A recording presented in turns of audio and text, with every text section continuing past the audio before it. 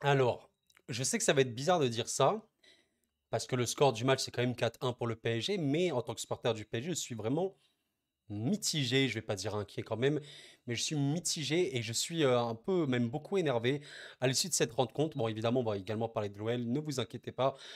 Mais sincèrement, en fait, pour ce match, ce qui me dérange le plus, c'est, je sais pas si c'est une question d'attitude, mais en tout cas, c'est une question d'attitude sur le terrain en seconde qui honnêtement est un peu honteuse. Franchement, on n'est pas loin. Alors peut-être que j'ai des mots vraiment violent, peut-être que j'ai des mots un peu abusés, mais je considère qu'on n'est pas loin de quelque chose d'assez honteux comme performance en seconde période. Alors cela n'enlève rien aux Lyonnais, mais le match se termine et je vois quand même 19 tirs pour l'OL, dont 8 cadrés. Alors, je pense que si vous suivez mes vidéos, vous savez très bien que je suis pas du tout là pour descendre l'OL, que c'est une équipe que je respecte et que j'aime beaucoup d'ailleurs, hein, si on enlève le supporterisme. Mais contre cet OL-là, de prendre 19 tirs, il y a un problème. Donc, je ne sais pas trop qu'est-ce qu'il a été. On va parler évidemment d'individus et de certains joueurs. Déjà, on va parler un petit peu de l'OL. J'ai quand même envie d'évoquer de l'abnégation. Il y avait quand même beaucoup plus d'abnégation dans ce match-là. Je ne sais pas si c'est le fait voilà, de résultats très très très mauvais, de fait que tu joues à domicile quand même, que tu essaies quand même de jouer bien et c'est contre le PSG.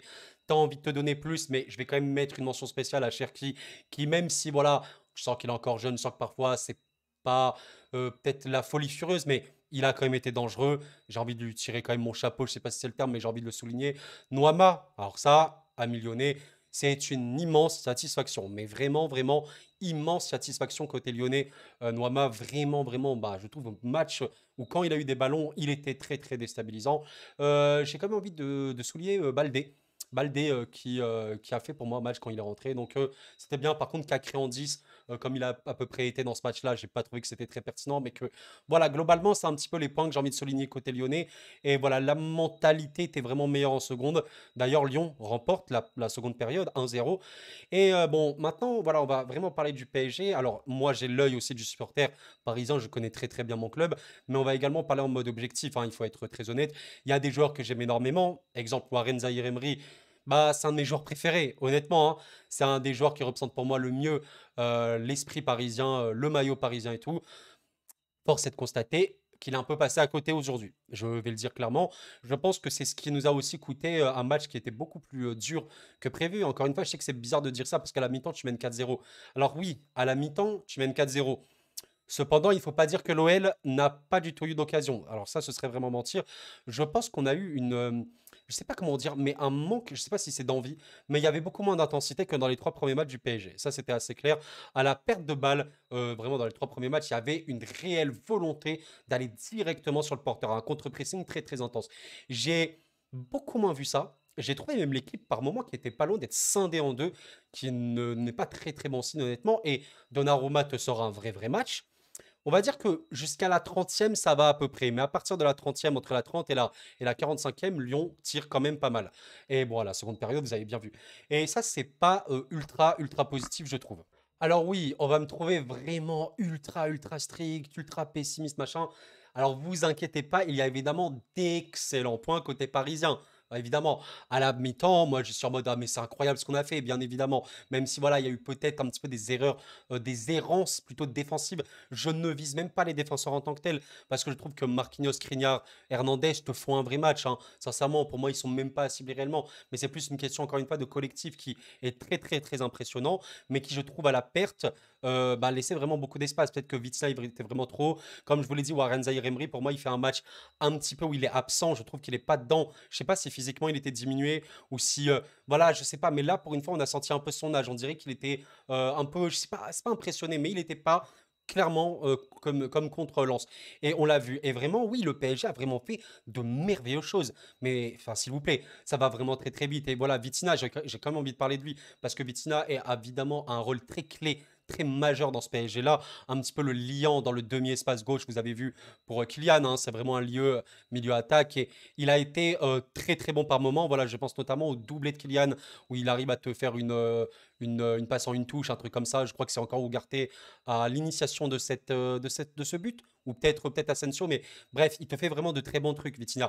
Même si, oui, il faut pas dire qu'il a tout fait bien. Sincèrement, parfois, on a l'impression qu'il lève pas assez la tête, qu'il regarde pas la bonne passe, qui fait les mauvais choix et c'est dommage, mais ça pour moi c'est perfectible. Mais à part ça, c'est très très beau. Je mets quand même encore une fois un bémol sur Dembélé, mais c'est un bémol qu'on connaît. Dembélé, c'est un joueur qui est très frustrant. Il est comme ça. Je sais pas toujours été comme ça, mais en tout cas, au Barça, il était comme ça. C'est un joueur qui crée du danger, qui est extrêmement déstabilisant, qui percute, qui sait tout faire, qui sait dribbler. Par contre, il est très, très frustrant parce que il a une finition malheureusement très, très, très faible. Honnêtement, c'est pas fameux, fameux. Et surtout, ben, encore une fois, je l'évoquais un petit peu quand il est arrivé, mais Dembélé, les choix qu'il fait parfois ne sont vraiment, vraiment pas de bons choix. Et honnêtement, c'est ce qui te plombe un petit peu beaucoup d'actions offensives. D'ailleurs, un petit peu comme dans le même registre, Hakimi qui bon, a marqué aujourd'hui, hein, très très bien pour nous. Mais Hakimi, encore une fois, parfois trop de mauvais choix. Et je suis désolé, mais Hakimi et Dembélé, vous leur donnez un petit peu le côté d'Mbappé, on va dire, dans la réflexion, dans la prise de décision. Bon, c'est des monstres absolus, bien évidemment. Mais c'était pas le cas. À part ça, globalement, c'était super, super, super, hein, vraiment. Ugarte, encore une fois, je vais l'évoquer, très, très, très, très bon, hein. Franchement, voilà. Même si peut-être en seconde, c'était moins ça, mais il a encore récupéré énormément de ballons. Il a participé aux actions. Je crois qu'il est décisif sur 3 buts. Pas forcément la passe D, mais à l'initiation d'une attaque ou quoi. Excellent, franchement, excellent. Et ça fait vraiment plaisir d'avoir un joueur sur qui tu peux compter. Il t'a sauvé aussi quelques actions de but, etc. Un gros big up pendant que j'y pense à Donnarumma. Donnarumma, il a fait un très, très, très, très bon match. Un excellent match. Je pense qu'on peut lui donner 8 sur 10 assez tranquillement à Donnarumma parce que voilà, ce lion-là a énormément tiré et a énormément cadré. Donnarumma était là et au final, voilà, le seul tir cadré que tu te prends, c'est le penalty. Donc voilà. Et encore une fois, côté parisien, je ne dis pas que c'est inquiétant, hein. Je ne dis pas que je suis ultra pessimiste ou quoi, mais parfois je me dis peut-être qu'ils ont un peu levé le pied. Bon, tu mènes 4-0, voilà la pause. Est-ce que tu vas vraiment te donner plus? Clairement, tu sens qu'il y a quand même un manque d'intensité important. J'ai envie de parler des remplaçants qui sont entrés. Alors Barcola, big up à toi, voilà. Big up à toi. En mode, il regarde la vidéo, mais ce que je veux dire, big up à lui vraiment. Parce que bon, il s'est énormément fait siffler par le stade de Lyon, évidemment, que c'était normal, hein. Ça se sentait, surtout que voilà, les supporters lyonnais ont incroyablement raison d'être très mécontents actuellement de ce début de saison. Mais pour parler de Barcola, j'ai trouvé qu'il a fait une très bonne rentrée. Voilà, vraiment, vous voyez, c'est pour ça qu'Enrique le voulait, un joueur de profondeur qui peut vraiment prendre la profondeur, qui peut percuter, qui peut dribbler, qui est intelligent, qui sait jouer en remisant une touche, qui est déstabilisateur. Il peut faire énormément de choses. Il a failli marquer. Mais super rentrée. Franchement, ça faisait plaisir. Ramos, sa rentrée, en fait, je suis très mitigé sur Ramos parce que, comment vous dire, sa rentrée, il y a des choses, clairement. Bon, il a pas trop de munitions, il a quand même tiré, il a fait un tir cadré, donc c'était pas si mal. J'ai pas envie de lui tomber dessus. Mais clairement, tu sens, voilà, vraiment par rapport à Asensio, c'est vrai que je l'ai pas évoqué, mais Ramos, tu sens que avec le ballon, il y a une limite. Il y a vraiment une limite, c'est-à-dire que ce mec-là, il peut jouer en remise en pivot, il peut un petit peu avoir le ballon pour bien se préparer, armer et tirer pour planter. Pour l'instant, il n'a toujours pas planté, mais tu sens clairement que avec le ballon, il a une certaine limite. Je vais parler d'Asensio, qui est occupé encore une fois le poste d'avant-centre, même si voilà, Asensio n'est pas un avant-centre du tout. Il est plus voilà, milieu offensif, faux neuf, on peut dire un petit peu ce genre de choses. Et voilà, Asensio était extrêmement dangereux parce qu'il dézonait. Il servait de pivot, il servait de remise, il est extrêmement technique, il sait porter le ballon, il trouvait les bons appels. En plus, vraiment, Asensio, il a un QI foot. Il est vraiment, vraiment. Bah, si je compare à un Dembélé, je suis désolé, mais la prise de décision de d'Asensio est extrêmement meilleure. Et waouh, quel danger il apporte parce que franchement, ce joueur est beau, il est très très beau à voir. Et je trouve que mine de rien, c'est une recrue qu'on peut sous-estimer peut-être actuellement, mais force est de constater qu'Asensio te fait des belles belles choses. Et mine de rien, là, il est avançante comme voilà un faux neuf en réalité. Et il te fait vraiment beaucoup de choses. Donc voilà, Ramos, j'ai pas du tout envie de l'enterrer. Vous savez, je suis pas du tout dans cette optique. Croyez, Ramos, tu marques même pas, machin. Non, non, non, on n'est pas sur ça du tout. Par contre, il va vraiment falloir que, je sais pas, peut-être qu'il y ait un peu plus de ballons. Peut-être mieux le trouver aussi, mais c'est aussi à lui de faire les bons déplacements et qu'il commence à marquer. Un avançant de marquer. Voilà, il faut vraiment pas que le prochain match où il joue, qu'il ne marque pas, il faut qu'il marque maintenant. Et surtout que Randal Colomani est là maintenant. Donc, s'il veut pas perdre sa place, qui déjà Asensio est quand même là, je pense que le prochain match du PSG, Enrique tentera la triplette française. Voilà, Mbappé, Colomani, Dembélé. On verra ce qu'il en sera, mais euh, il y a vraiment beaucoup de choses à faire. Voilà, là, vous avez vu qu'Ugarte, Warren, Zaïre Emery et Vitinha étaient alignés. Est-ce que Asensio, parce qu'il fait quand même de très très bons matchs, est-ce qu'Asensio sera quand même mis, malgré le fait que Randal Colomani sera peut-être avant-centre? Il y a moyen, peut-être à la place de Vitinha ou de Warren, dans un autre registre, il y a vraiment moyen. Il y a énormément de choses à faire. Mais voilà, je voulais quand même souligner pour moi le très très bon match d'Asensio. Mais en tout cas, pour moi, là, réellement, la meilleure recrue côté Paris, même si c'est un peu natrif de dire ça, c'est bien évidemment Luis Enrique. Voilà. Luis Enrique a inculqué une mentalité, une exigence dans cette équipe qui est extrême. Vitinha a dit à la fin du match, d'ailleurs, je ne sais pas trop si vous l'avez entendu, mais il disait qu'il pense qu'on a un peu lâché en seconde période et qu'il fallait marquer 5, 6, 7 buts, etc. Et c'est exactement la mentalité qu'il faut. Et c'est pour ça, voilà, que je pense que je suis pas du tout inquiet. Parce que les joueurs ont lâché un petit peu. Ils ont levé le pied, on peut le dire, ils ont levé le pied. Et c'était un peu gênant parce que franchement, voilà, tu ressors de ce match en tant que Parisien, tu es ultra heureux de la première période, tu te dis tu es sur la lancée comme sur lance, c'est exceptionnel, tu vas claquer un 8-0. Au final, tu lâches un petit peu, tu subis beaucoup d'occasions, dans l'entrejeu, tu te fais un petit peu plus manger. C'est pas ouf, sachant que Lyon, voilà, voulait vraiment remontrer quand même. Et il y a quand même de beaux espoirs. C'est-à-dire que, je vais faire une petite parenthèse sur Lyon quand même. Lyon, ce qui est vraiment beau, c'est que tu sens quand même qu'ils ont un effectif. Voilà, ils sont actuellement derniers de Ligue 1, mais comme Lens, qui sont 17e, ils ne vont pas rester à cette place-là. C'est pas possible. Ils ont un effectif. Il faut absolument quelqu'un qui arrive à redynamiser tout ça. Ils n'ont pas du tout le même problème que Lens. Pour moi, Lens a un problème peut-être de leadership sur le terrain, parce que Fofana est parti, mais ils ont remplacé les joueurs par Diouf, par Wai et tout. Et Francaise doit réinsuffler tout ça, mais je pense que ça va repartir tranquillement. Lyon ont un autre problème, pas forcément au niveau du leadership sur le terrain, parce que la case était là, Tolisso est aussi là, c'est quand même capitaine et tout, mais au niveau de la gestion, peut-être des égos, des jeunes, etc., par Laurent Blanc, qui pour moi n'a absolument plus son vestiaire. Si tu mets un nouveau coach, un coach jeune, je sais pas, avec un projet de jeu bien précis, qui veut attaquer, etc., c'est une équipe qui va se relancer, qui va gagner, parce que voilà, si tu fais ça contre le PSG, tu peux faire ça contre n'importe qui. Voilà, c'est comme ça que je fonctionne. Et voilà, même si évidemment le PSG n'est pas réputé pour être une équipe bloc bas, défensive, tout ce que tu veux, bien évidemment. Même si en vrai, pour moi, maintenant dans ce dispositif, tu peux quand même le faire. Mais voilà, franchement, j'ai essayé d'être le maximum lucide sur ce débrief, les amis. Voilà, le PSG, je trouve que c'est vraiment merveilleux de voir l'équipe jouer comme ça. C'est merveilleux. Je remercie infiniment Luis Enrique pour tout ça. Voilà, j'ai évidemment oublié d'évoquer Monsieur Kylian Mbappé. Bon, monstrueux, monstrueux, honnêtement. Ce joueur-là est clairement parmi les meilleurs du monde, hein. Franchement, on peut déjà évoquer que c'est une légende de l'équipe de France et pourquoi pas un jour une légende du foot, mais il est trop fort. Il est trop fort, il sait tout faire. En fait, il a les qualités des ailiers, mais il a aussi les qualités d'un avant-centre. Il a les qualités d'un milieu offensif. Enfin, il sait tout faire, honnêtement. Ce mec-là sait tout faire. Il est incroyable et voilà. Franchement, écoutez, j'ai oublié de dire quelque chose dans ce débrief. Ah oui, j'ai quand même envie d'évoquer un joueur qu'on n'attendait pas peut-être à rentrer. Je parle de Ndour. Ndour qui est rentré à la place de Warren Zaïre-Emery. Alors, franchement, assez surpris parce que j'avais assez oublié qu'il était là. Mais j'ai trouvé que c'était pas si mal, même s'il perd un petit ballon en fin de match. Bon, mais disons qu'il rentre avec une vraie envie. Franchement, je sais pas ce que vous en avez pensé, mais Ndour, il cherche à verticaliser le jeu quand même. Voilà, il cherche l'avant et tout.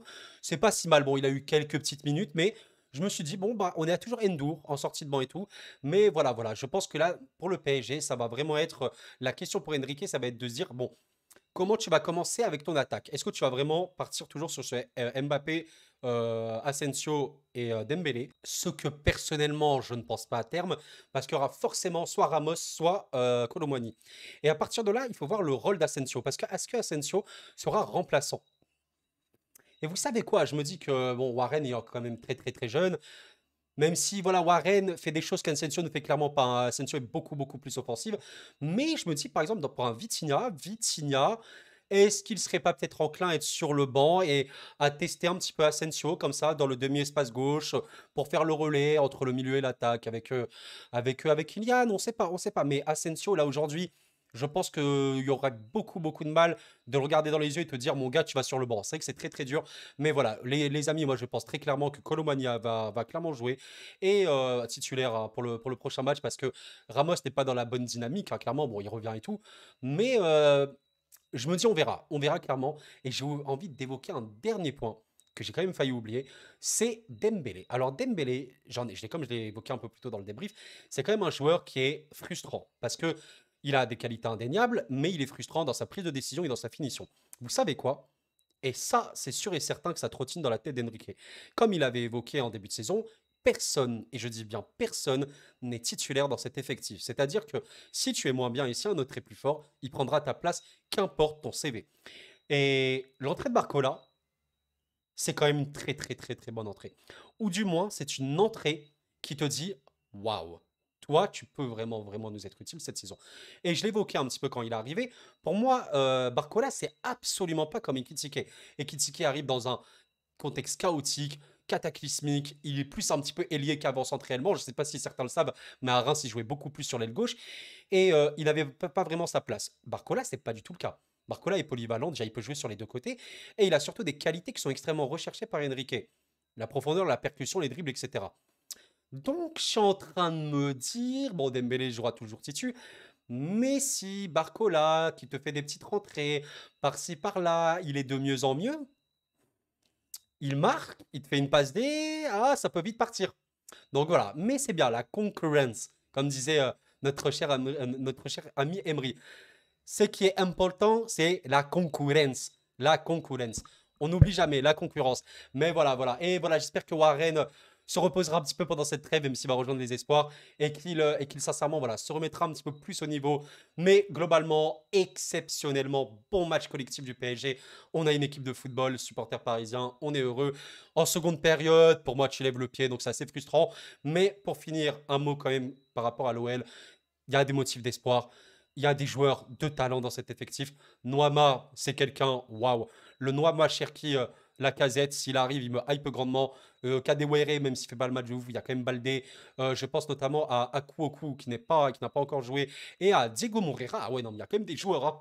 Oh purée, écoutez, Lyon, il y en a un. Donc, franchement, Lyonnais, je pense que l'orage va passer. Je pense que Laurent Bian, maintenant, va être viré.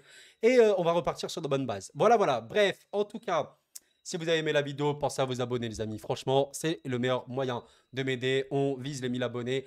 Et moi, je vous remercie d'avoir suivi. La trêve, du coup, arrive. Il y aura quand même des vidéos pendant la trêve, bien évidemment. On parlera sûrement de l'équipe de France et même de l'équipe de France Espoir. Et on reprendra la Ligue 1, du coup, dans 2 semaines. Et avec la Ligue des Champions, Mamma Mia, qui arrive très, très bientôt. Bref, merci d'avoir suivi en tout cas. C'était Koro et la paix sur vous.